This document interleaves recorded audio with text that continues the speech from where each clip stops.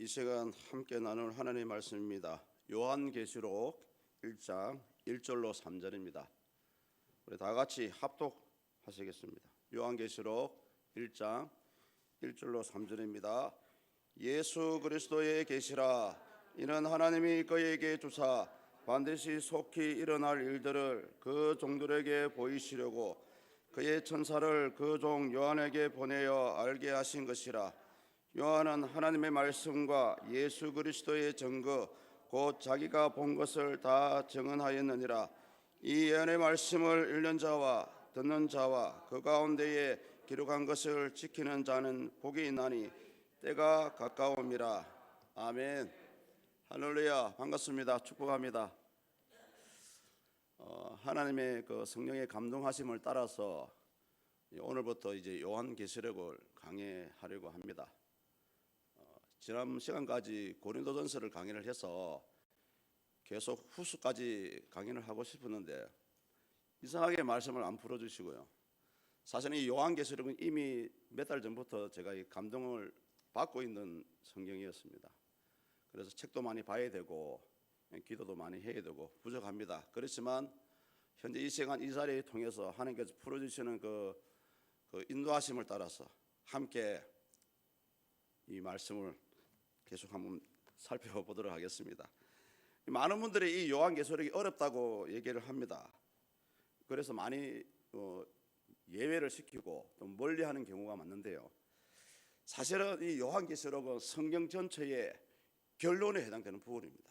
그래서 어떻게 보면 아주 중요한 위치를 차지하고 있다라고 생각을 할 수가 있습니다. 그런데 또 한편으로서는 이 요한계시록이 여러분 그렇게 어려운 책이 아닙니다. 사실은 자꾸 어렵다 생각하고 자꾸 이상한 것만 찾으려고 하고 상징만 들여다보려고 하니까 자꾸 성경이 꼬이는 거예요. 근데 왜냐하면 이 성경책은 특히 요한계시록은 정확하게 결론이 나와 있는 책입니다. 다들 아시고 있지 않습니까? 결론은 사탄을 이기고 하나님 나라가 도래하고 예수님의 재림이 이루어진다는 그런 내용이에요. 그 부분만 정확하게 알고 있으면은 굳이 이 요한계시록이 어렵지 않습니다. 무엇보다 이 시대에 많은 이단들이 너무나 절교하는 이 요한계시록입니다. 우리는 최소한의 그들의 유혹에 넘어가지 않기 위해서라도 최소한의 지식을 가지고 있을 필요가 있다라고 생각이 되어집니다.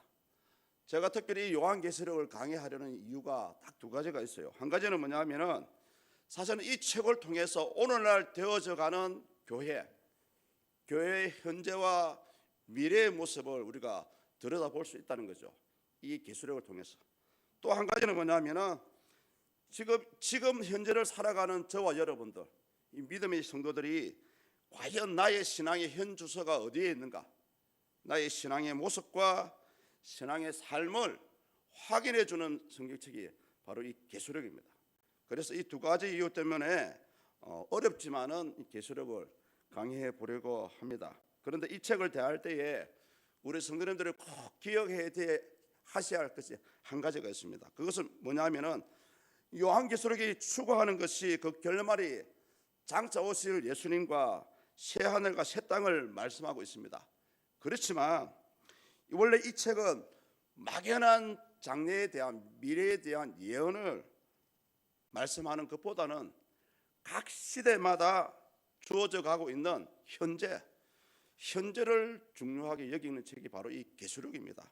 한마디로 이 계시록은 미래를 예언하면서도 현재를 조명해 주는 그런 책이라고 할 수가 있습니다.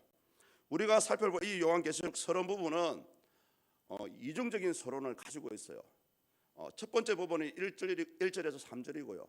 두 번째 서론 부분이 4절에서 8절까지입니다. 물론 오늘은 1절에서 3절까지만 살펴보는 그런 시간이 되겠습니다.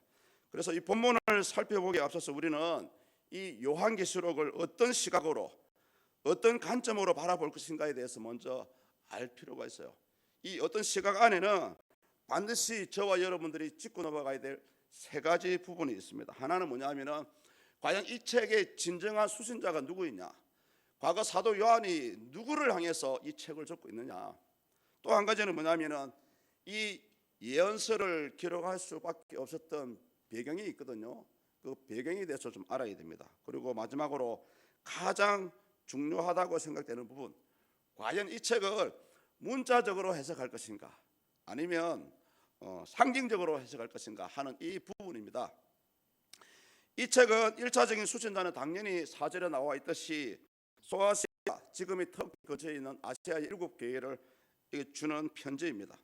그런데 저 중요한 것은 뭐냐, 더 진정한 이 요한계시록의 수신자는 이 책을 읽고 있고 듣고 있고 지키고 있는 모든 시대의 각 시대의 교회와 성도들입니다.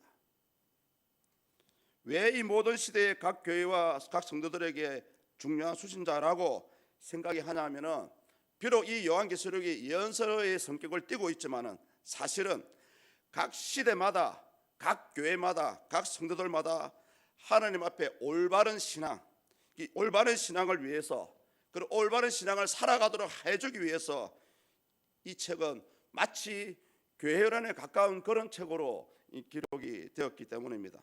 사도 요한이 이 책을 기록할 당시는 그는 에게를 사이에 두고 좌측에는 그리스 아테네를 두고 있고요, 우측에는 에베소라는 지역이 있습니다. 그 에베소 지역 옆에 있는 반모라는 섬에 유배되어 있었습니다. 그런데 이 당시 로마에는 로마 도시에 불을 지르고 또 기독교인을 박해했던 네로 황제, 이 네로 황제 때에도 없었던 기독교인들을 향해서 주는 이 박해가 도미티안이라는 사람이, 도미티안이 황제가 되면서부터 이제 상황이 급격하게 달라지게 되었습니다. 이 도미티안 황제는 유대인들도 예배를 두고요, 다른 이방 종교인들도 예배를 두고 굳이 이 기독교인들을 향해서 집중적으로 박해하는, 탄압하는 그런 정책을 펼치게 되었습니다. 그래서 그 시발점이 뭐냐면 바로 황제 숭배 사상이었습니다. 이 도미티안은 사람들에게 이렇게 요구합니다. 나를 황제라 부르지 말고 주 또는 하나님이라 불러라, 이렇게 얘기를 해요. 그러다 보니까 우리 기독교인들은 하나님께 하는 호칭을 사람에게 할 수가 없잖아요. 그래서 많은 기독교인들이 이에 반발을 했습니다. 심지어 이 도미티안 황제는 자신이 만든 그 동상 앞에 절하지 않고 자신을 찬양하지 않는 이 기독교인들을 철저하게 숨어 있는 사람까지 찾아서 탄압을 하게 됩니다.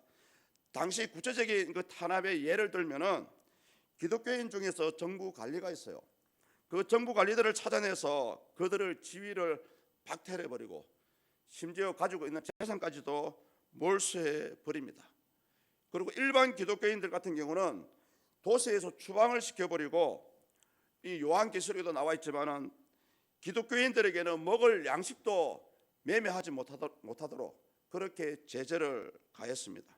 반대로 황제 우상 앞에 절하거나 황제를 만세라고 부르는 기독교인들을 향해서는 그들의 재산도 돌려주고요, 권리도 회복시켜주고 또 그들의 목숨까지도 보장을 해주는 그런 정책을 펼치게 되었습니다.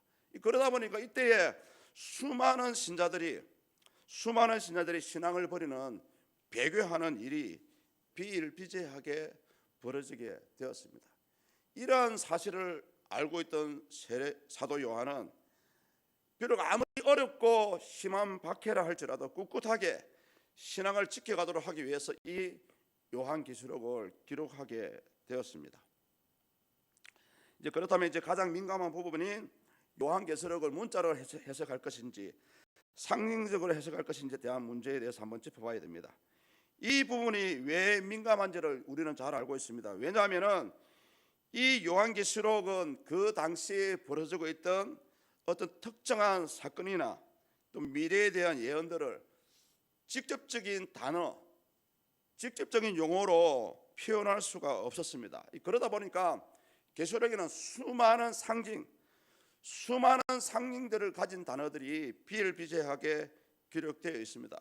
그러다 보니까 그러한 상징하는 단어들이 정확하게 무엇을 말하는지 사실은 아무도 몰라요.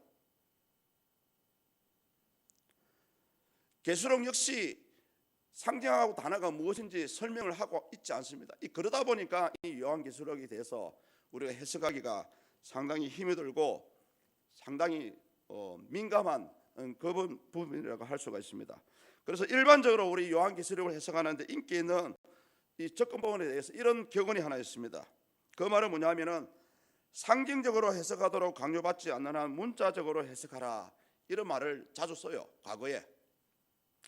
그런데 이 계시록을 이 말대로 상징적으로 해석하지 않고 문자적으로 해석하게 된다면은 한 가지 큰 문제가 생깁니다. 어떤 문제냐면은 문자적으로 곧이곧대로 해석하다 보면은 앞뒤가 안 맞아요. 앞뒤가, 이 전체적인 줄거리가 통일이 되지 않습니다. 가장 가까운 예를 들 수 있는 게 우리가 가장 많이 얘기하는 666이라는 숫자가 있지 않습니까? 666이 무엇을 뜻하고 정확하게 무엇을 말하고 있고 누구를 가리키는지 우리는 알 수가 없어요. 666을 단순히 숫자로 볼 것인가, 아니면 바코드나 베리칩으로 볼 것인가, 또 666이 가르치는 대상이 구약의 이스라엘을 멸망시킨 바벨론으로 볼 것인가, 아니면 그 당시 이스라엘을 다스리고 있던 로마로 볼 것인가, 무엇 하나 정확하게 이것이다라고 우리는 그 누구도 말할 수가 없는 부분들이 많아요.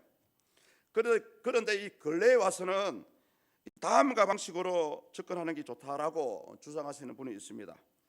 이 새로운 방식을 주장하시는 분이 바로 그레고리 빌이라는 신학 교수입니다.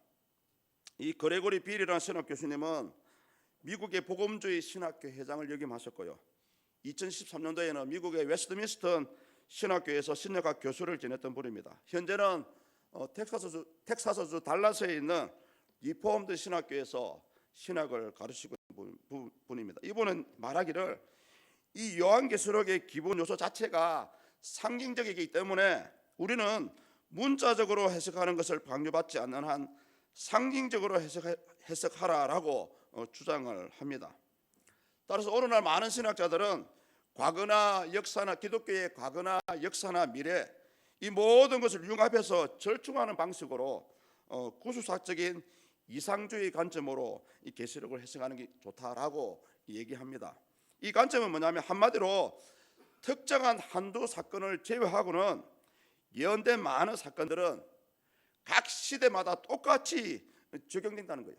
각 시대마다 똑같이 교회와 우리 신자들의 삶에 적용된다는 것을 생각해서 그렇게 해석을 하는 것이라고 얘기를 합니다. 이제 오늘 본문으로 한번 들어가 보겠습니다. 이 본문은 정확하게 우리에게 세 가지 부분에 대해서 말씀을 하고 있어요. 그 한 가지가 뭐냐면은 이 책은 사도 요한 자신이 창작해서 그렇게 기록한 책이 아니고요, 실제로 사도 요한이 주장하고 있는 이 예언의 주체, 그리고 예언의 대상이 바로 예수님이라는 거죠. 그 부분을 1절에서 말씀하고 있습니다. 우리 1절을 다 같이 읽겠습니다. 예수 그리스도의 계시라.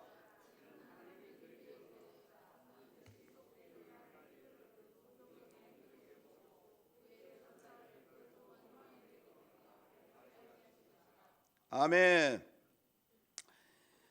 이 구절은 요한이 말하고자 하는 이 요한계시록의 기원, 요한계시록의 신적 권위와 기원을 밝히고 있는 부분입니다.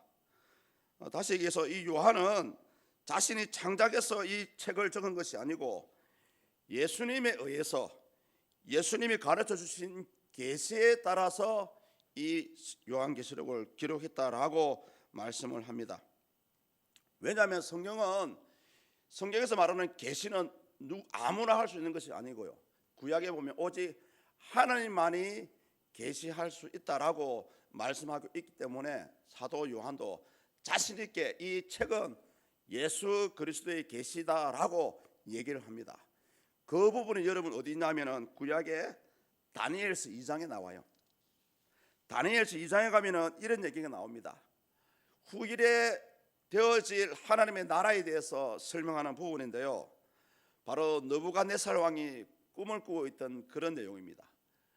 어느 날 밤에 꿈을 꿨는데 무슨 꿈인지 꿈조차도 생각이 안 나요. 그래서 느부갓네살 왕은 모든 박수들을 불러놓고 내가 지난밤에 꿈을 꿨는데 그 꿈이 뭔지 가르쳐 달라, 그리고 그 꿈을 해석해 달라라고 얘기합니다. 성도님들, 사실 우리는 이미 이 다니엘서 2장을 알고 있기 때문에 쉽게 생각해요.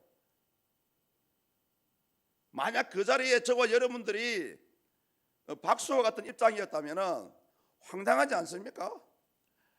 아니, 지난밤에 꿈을 꿨는데 꿈꾼 사람이 알지 우리가 어떻게 알겠어요? 그런데 그 느부갓네살 왕은 자기의 꿈을 가르쳐 달라고 오히려 자기 신하들에게 얘기합니다. 그리고 그 꿈을 해석해 달라고 요구를 해요. 만약에 해석해 주지 않으면 모두 죽일 것이다 라고 얘기합니다. 다니엘은 이 느부갓네살 왕이 꿈을 꿨던 큰 신상에 대해서 이제 알려주고 해석을 하게 되는데요, 중요한 것은 뭐냐 하면은 해석하기 직전에 이런 말을 합니다. 오직 은밀한 것을 나타내실 일은 하늘에 계신 하나님이시라. 이 은밀한 것이 바로 여러분 계시입니다. 계시. 계시는 절대적으로 사람이 할 수 없는 부분이에요.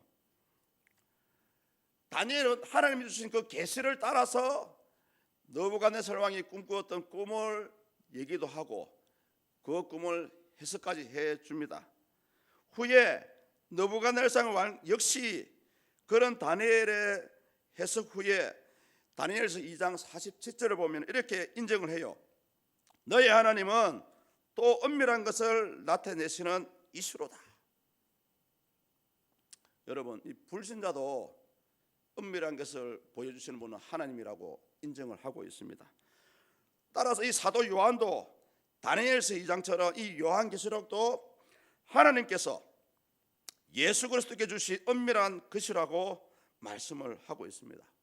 그러면서 우리 여러분 읽었던 1절을 보시면은 그 계시의 출발점을 얘기해 주고 있고요, 그 계시의 전달 과정을 자세하게 얘기합니다. 1절을 아무 생각 없이 읽었었죠. 다시 한번 읽어보겠습니다. 시작.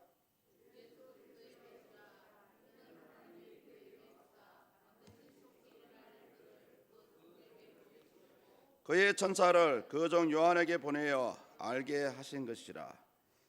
계시의 출발점이 누구입니까? 하나님이십니다. 하나님. 이는 하나님이, 계시의 출발점은 하나님이시고요, 하나님께서 예수 그리스도께 전달해 주십니다. 그리고 예수 그리스도께서 그의 천사를 통해서 오늘 요한에게 가르쳐 줬을 거예요. 그리고 요한을 통해서 오늘날 이 말씀을 읽고 듣고 지키는 모든 종들에게 말씀을 전달하고 있는 겁니다.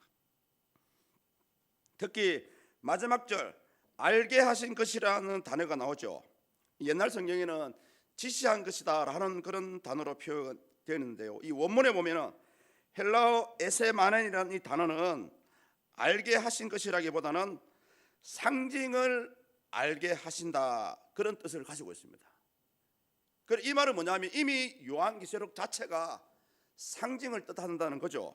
그래서 많은 신학자들은 이 에세마넨이라는 헬라어 때문에 상징을 알게 한다는 이 단어 때문에 우리는 이 요한계시록을 문자로 해석할 것이 아니고 상징적으로 해석해야 된다라고 주장을 합니다. 결국 이 1절을 통해서 사도 요한이 말하고자 하는 것은 뭐냐 하면은 이 계시록은 구약의 예언은 여러분 딱 한 군데로 모으면 오직 예수 그리스도에 대한 얘기만 하고 있습니다. 구약의 예언에서 예수 그리스도 안에서 성취가 이제 임박하였고 또 이미 시작된 천국에 대한 예언의 책이다라는 것을 말씀을 하고 있는 것입니다. 중요한 것은 뭐냐면 이미 천국이 시작되었다는 거죠. 그 다음으로 사도 요한이 말하고자 하는 것은 뭐냐면은 이 요한계시록의 주제입니다. 일반적으로 우리 책을 보면은 보통 그 책의 주제가 맨 뒤에 나오거든요. 그런데 신기하게도 이 계시록은 서론 부분에 이미 이 책의 주제를 얘기하고 있어요. 그 주제가 본문 2절에 나와 있습니다. 우리 2절을 다 같이 읽습니다. 요한은 하나님의 말씀과 예수 그리스도의 증거 곧 자기가 본 것을 증언하였느니라. 아멘. 예. 오늘 요한계시록의 주제를 하나님의 말씀과 예수님을 증거하는 것이다 라고 얘기를 하고 있어요. 그래서 사도 요한은 뒤에 9절에 가면은 본인 역시 이 주제를 증거하기 위한 증인으로 부름을 받았다라고 고백을 하고 있어요. 여기서 우리는 이 하나님의 말씀은 하나님께서 주신 말씀이다라고 해석을 할 수가 있습니다. 이 당시에 하나님께 주신 말씀이 무엇입니까? 구약 성경 아닙니까, 여러분? 구약 성경을 얘기해요. 조금 더 자세하게 들어가면은 구약 성경 안에서 예언된 예수님에 대한 예언, 이것이 바로 하나님의 말씀이에요. 사도 요한이 이 말을 하는 것은 뭐냐면 이미 구약 성경 안에 예수님이 이 땅에 오실 것이다 라고 예언이 되어 있다는 거죠. 예수님의 초림이 예언되어 있었다는 거죠. 그것이 그 초림이 이제 성취가 되었다는 것을 얘기하고 있고요. 그리고 예수 그리스도의 증거라는 단어가 있습니다. 이것은 뭐냐면은 예수님께서 이 땅에서 3년 6개월 동안 공생의 기간 동안에 하신 일, 사역하신 일을 얘기하는 부분입니다. 따라서 사도 요한이 이 요한계시록이라는 책은 하나님께서 예수님에 대한 선포했던 예언했던 과거의 구약 성경의 말씀과 이미 예수님이 오셔서 행하셨던 일, 이것이 바로 이 주제를 얘기하는 책이 바로 요한계시록이다라고 얘기를 하는 부분입니다. 어떻게 보면 오늘 여기까지가 하나의 계시록을 대하는 자세다라고 할 수 있으면은 저와 여러분들 꼭 기억해야 될 부분은 이제 제가 마지막 전하는 이 본문 3절입니다. 사도 요한이 오늘 이 책을 통해서 말하고자 하는 것이 뭐냐면은 이 계시록을 읽고 듣는 자, 그리고 기록된 것을 지키는 자들에게 복이 있다라고 선언을 하고 있죠. 우리 3절입니다. 3절을 다 같이 읽겠습니다. 이 예언의 말씀을 읽는 자와 듣는 자와 그 가운데 기록한 것을 지키는 자는 복이 있나니 때가 가까움이라. 아멘. 우리는 오늘 이 부분에 대해서 몇몇 단어에 대해서 한번 그 의미를 먼저 살펴봐야 됩니다. 읽는 자라는 단어가 나오죠. 읽는 자. 단순히 여러분 나 혼자서 성경을 읽는 것을 말하는 것이 아니고요. 이 원문에 들어가면은 공중 예배 시간에 많은 대중 앞에서 성경을 읽는 행위를 읽는 자라고 얘기합니다. 쉽게 하면은 사역자가 말씀을 선포하는 것을 얘기해요. 그리고 듣는 자는 그냥 듣는 게 아니고요, 함께 공중 예배를 들으면서 주의 종을 통해서 선포되는 설교 말씀을 듣는 것을 얘기합니다. 이것이 듣는 자예요. 그리고 지키는 자는 당연히 하나님의 말씀을 준수하는 자를 가리킵니다. 오늘날 많은 분들이 교회를 나와서 말씀을 많이 듣습니다. 오늘 말씀 들으니까 너무 은혜가 되었다. 오늘 말씀 들으니까 목사님이 무슨 말인지 아무것도 모르겠다. 근데 여러분 중요한 것은 뭐냐면은 말씀을 선포되고 말씀을 듣는 것도 중요하지만 결국은 내가 들었던 말씀, 또 나에게 주신 하나님의 감동적인 말씀을 지키는 것이 가장 중요하다는 거죠. 여러분 요한계시록 책 내용이 뭔지 물론 중요해요. 상징을 알아가는 것도 중요합니다만 중요한 것은 뭐냐, 당장 하나님께서 이 시간 나에게 주시는 말씀, 그 예언의 말씀을 지키는 것이 중요하다는 것입니다. 오늘 사도 요한도 이 부분을 얘기합니다. 그래서 어떤 신학자들은 이렇게 얘기해요. 오늘날 우리 모든 그리스도인들은 하나님 이 예언의 말씀 앞에 듣는 것도 선포하는 것도 중요하지만은 절대적인 순종을 해야 된다고 주장을 합니다. 저 역시 여기에 공감합니다. 물론 우리가 믿음에 따라서 하나님 말씀을 때로는 불순종할 때가 있어요. 그렇지만 할 수만 있다면 하나님 앞에 절대 순종해야 됩니다. 그것을 과거에 아브라함이 보여줬습니다.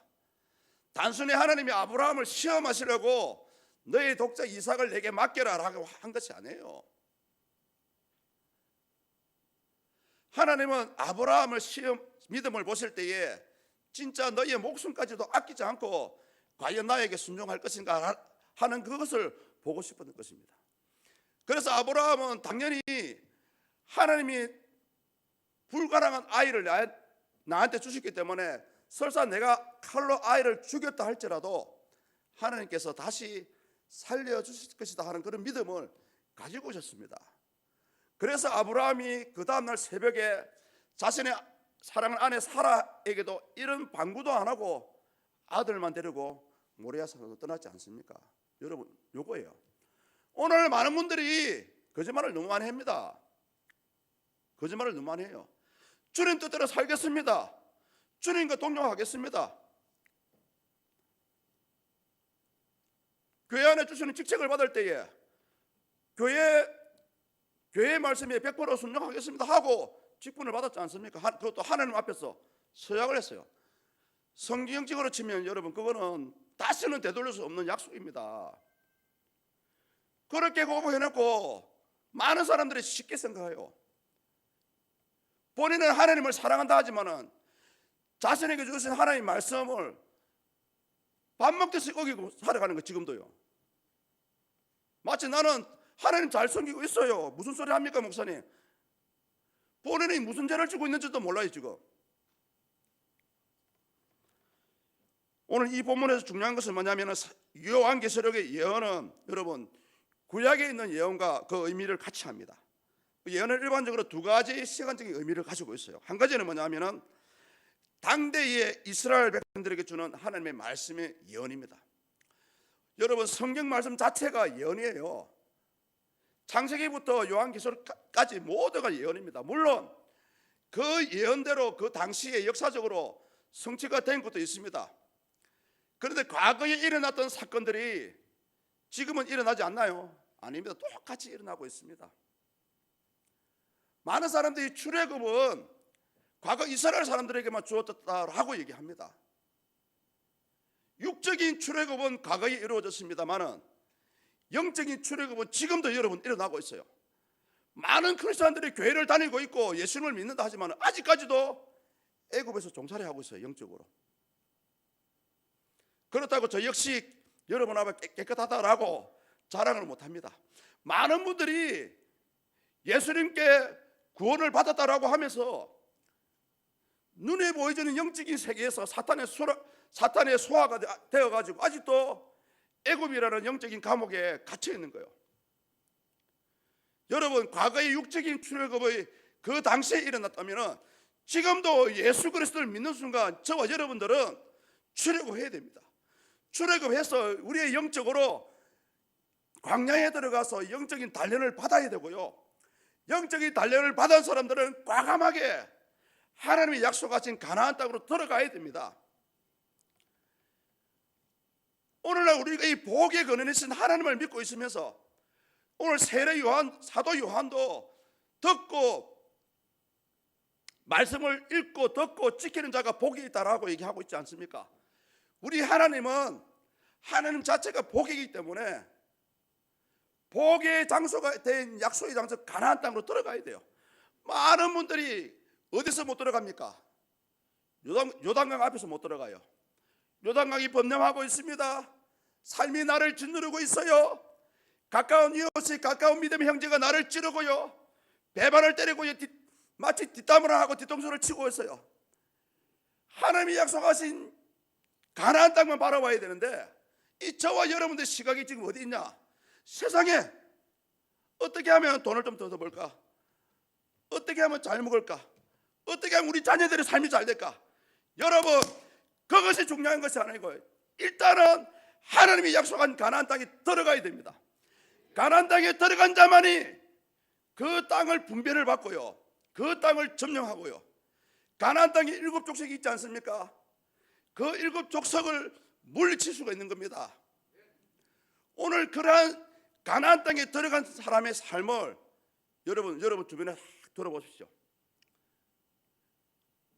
누구라고 얘기 안 해도요, 저는 그분들의 삶을 보면 알 수가 있습니다.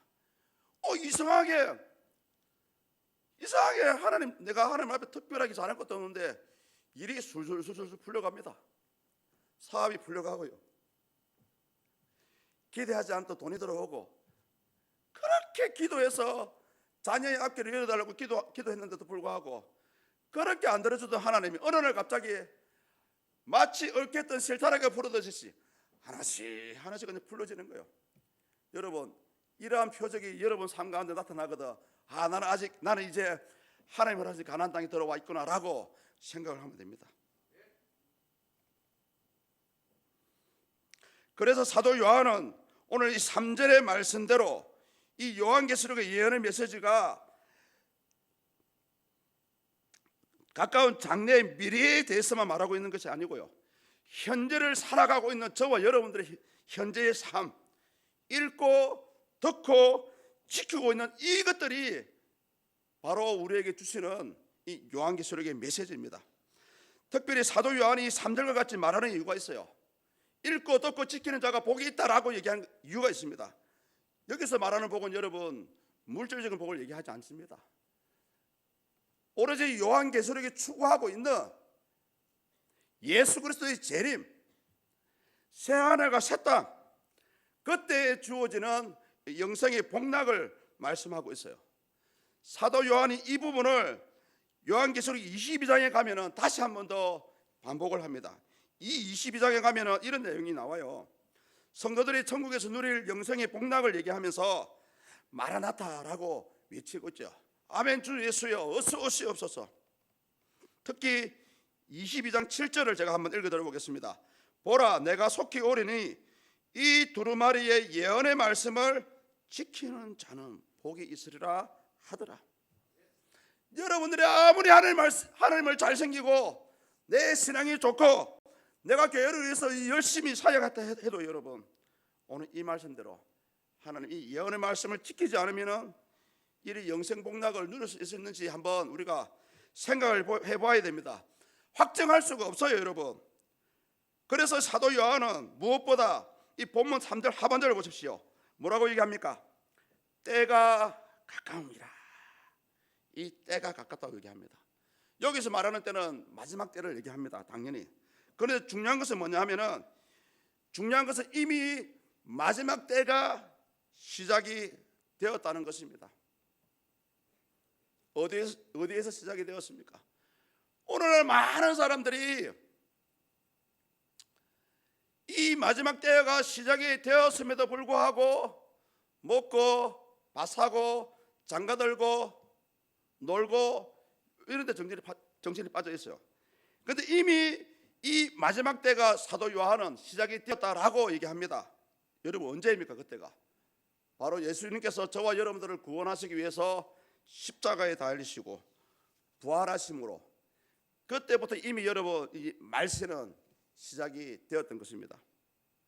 그래서 한마디로 이 3절에서 사도 요한이 우리에게 하고자 하는 말은 뭐냐 하면은 이 예언의 말씀을 듣는 것도 중요합니다. 선포하는 것도 중요해요. 또 듣는 것도 중요합니다. 그렇지만 결국은 그 말씀을 지키지 않으면은 아무 소용이 없다는 거죠. 그 말씀을 지키지 않으면은 그 사람의 신앙을 우리는 확신할 수 없다라고 얘기합니다. 그만큼 사도 요한은 이때가 마지막 때이기 때문에 우리는 이 시간적으로 아주 절박하다는 것을 이 본문을 통해서 말씀을 합니다. 우리 성도님도 제가 짧은 시간에 이 서론에 대해서 얘기했지만은 다른 거 아무것도 기억 안 하셔도 돼요. 그렇지만 이 3절만큼은 꼭 기억했으면 좋겠습니다. 이 예언의 말씀을 읽고 듣고 지키는 것이 바로 오늘 요한계시록 22장에서 말하는 이 영생 복락을 누리는 지름길인 줄 믿습니다. 이제 오늘 말씀 한번 정리해 보겠습니다. 오늘 본문 1절과 2절에서는 이 예언의 주체와 대상은 당연히 예수님이시고 이 계시록이 말하고자 하는 것은 바로 예수님 자체에서 말하고 있는 거예요. 그러다 보니까 여러분 아무리 상징적으로 얘기했고 그 상징이 무엇을 말한다 할지라도 굳이 그 부분은 신경 쓸 필요 없습니다. 다만 하나님께서 나에게 감동을 주시고 이해하고 생각나게 하고 깨닫게 하심으로 만족하고요. 요한계시록의 결국은 바로 새하늘과 새 땅입니다. 예수 그리스도의 재림이에요. 그것만 바라보면은 어떠한 이단이 와서 저와 여러분들 유혹해도 따라갈 이유도 없어요. 특히 이 마지막 이 3절은 뭐냐면은 오늘을 살아가는 각 시대를 살아가는 교회와 각 시대들을 살아가는 성도들이 어떠한 신앙의 자세로 살아갈 것인지를 가르쳐 주고 있습니다. 그런데 중요한 것이 한 가지가 있어요. 여러분 마태복음 24장 12절에 이런 말씀을 합니다. 마태복음 24장 12절에 마지막 때를 가면 갈수록 많은 사람들의 사랑이 식어질 것이다 라고 예언을 하고 있습니다. 그래서 그 사람의 신앙의 정도를 보려면 여러분 그 사람이 예배를 어떻게 드리는지를 보십시오. 가장 객관적입니다. 예배 시간을 참석하는지 안 하는지 보십시오. 성경은 분명히 얘기해요. 어렵지만은 쉽게 얘기하면은 예수 이름을 믿으면 구원을 받는다라고 말씀을 하지만은 또 어떤 복음서에는 마지막 때에 깨어 있으라라고 얘기합니다. 깨어 있으라. 여러분, 깨어 있는 것이 뭡니까? 물론 영적으로 깨어 있는 것을 얘기합니다. 내 속에는 영이 깨어 있는 걸 얘기합니다만은 가장 쉽게 우리가 이해하는 것은 현재 나에게 주어진 상황에서 변함없이 신앙생활을 하고요, 또 내가 섬기는 교회에서 나의 직분을 감당하고요, 또 내 가족과 내 이웃들에게 주님 복음을 소개를 하고요, 그렇게 살아가는 겁니다. 마치 불신자들이 봤을 때에 저 사람은 진짜 크리스찬이 맞다 라고 인정받는 그런 신앙의 모습을 살아가는 것이 바로 여러분 영적으로 깨어있는 것입니다. 오늘 마지막입니다. 이제 사도 요한이 이렇게 부탁을 합니다. 사랑이 식어가는 어리석은 사람이 되지 말고 변함없이 저와 여러분들은 예배의 목숨 걸기를 축복합니다. 변함없이 이 말씀이 선포되고요, 그 말씀을 듣고 무엇보다 말씀을 목숨처럼 지켜가는 그런 순종한 삶을 살아갈 수 있기를 축복합니다. 기도하겠습니다. 우리 오늘 주신 말씀을 생각하면서 한번 기도했으면 좋겠습니다. 하나님, 과연 이 계시록 말씀이 어렵지만은 이 계시록을 통해서 현재 되어져가는 교회의 모습, 현재 살아가고 있는 나의 신앙의 모습을 조명할 수 있다고 했습니다.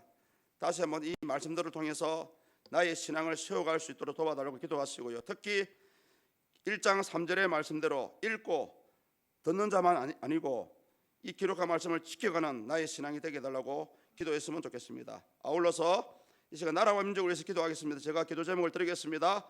무신론 유물론 주사파 공산주의가 척결되게 하시고 이 가정과 윤리도덕을 파괴시키는 동성애자 특별대우법으로 인하여서 교회가 차별 대우받지 않도록, 역차별받지 않도록 해달라고, 법제화되지 않도록 기도하시고, 마지막으로 복음 통일을 이루어 세계 복음으로 쓰임받는 자유 대한민국이 되게 해달라고 기도하십시오. 그리고 세 번째로 우리 서문에 세우신 담임 목사님, 우리 담임 목사님을 위해서 영육간의 강건함과 능력을 더해달라고, 이 시간 우리 다 같이 한번 주여 한번 부르고 기도하겠습니다. 주여! 하나님 아버지, 이 귀한 성일을 맞이해서 다시 한번 우리 신앙을 돌아볼 수 있는, 나의 신앙의 현주소를 조명해 볼 수 있는 이 요한계시록의 말씀을 듣게 되었습니다. 하나님 아버지, 이 예언의 말씀이 막연한 미래에 대한 말씀이기도 하지만은 현재 각 시대마다 각 현장마다 살아가는 우리의 삶을, 우리의 현재를 돌아보게 하는 말씀이라고 얘기합니다. 하나님 아버지, 이 예언의 말씀을 읽고 듣는 자가 아니라 나아가서 이 말씀을 지키는데 아버지 최선을 다하는 나의 신앙이 될 수 있기를 기도합니다. 하나님 아버지, 무엇보다 이 나라 민족을 위해서 기도하니 이 민족을 불쌍히 여겨주시옵소서. 무신론 주사파 잘못된 사상들이 척결되게 하시고 가정을 파괴하는 동성애자 특별대우법이 법제화되지 않게 해서 우리 교회가 역차별 당하지 않도록 하나님 지켜주시옵소서. 복음 통일을 이루어 세계 복음으로 쓰임받는 자유 대한민국이 되기를 원합니다. 하나님 아버지, 도와주시옵소서. 이 서문에 세우신 사제 목사님을 축복하시고 영육간의 강건함을 더해 주셔서 하나님 귀한 사역을 날마다 이루어갈 수 있는 주의 종이 될 수 있도록 축복하시고, 특별히 강건함을 허락하셔서 하나님 허락하시는 시간까지 변함없이 귀한 사역을 이루어갈 수 있도록 역사하여 주시옵소서. 하나님 아버지, 사랑하는 주의 백성들을 축복해 주시고 이 시간 하나님 각자에게 필요하신 은혜의 말씀, 생명의 말씀을 주시옵소서. 살아서 나의 삶을 주정하시고 심지어 온 인류의 역사와 이 모든 것을 간섭하시는 하나님 아버지, 이 시간을 통해서 다시 한번 우리의 삶을 돌아봅니다. 말씀을 읽고 듣고 지켜가는 우리의 신앙이 될 수 있도록 도와주시고, 이 계시록 말씀을 통해서 다시 한번 이 교회 현주소와 내 신앙의 현주소를 돌아볼 수 있는 그런 시간들이 될 수 있도록 역사하여 주시옵소서. 특별히 하나님 아버지, 이 나라 민족을 위해서 기도합니다. 무엇보다 3월 9일에 있을 대통령 선거에 하나님 원하시는 자가 리더로 세워지게 하시고 모세와 같은 자가 세워지게 하셔서 교회와 협력하여서 평화 통일을 이루어낼 수 있는 훌륭한 지도자가 세워질 수 있도록 주님 간섭하여 주시옵소서.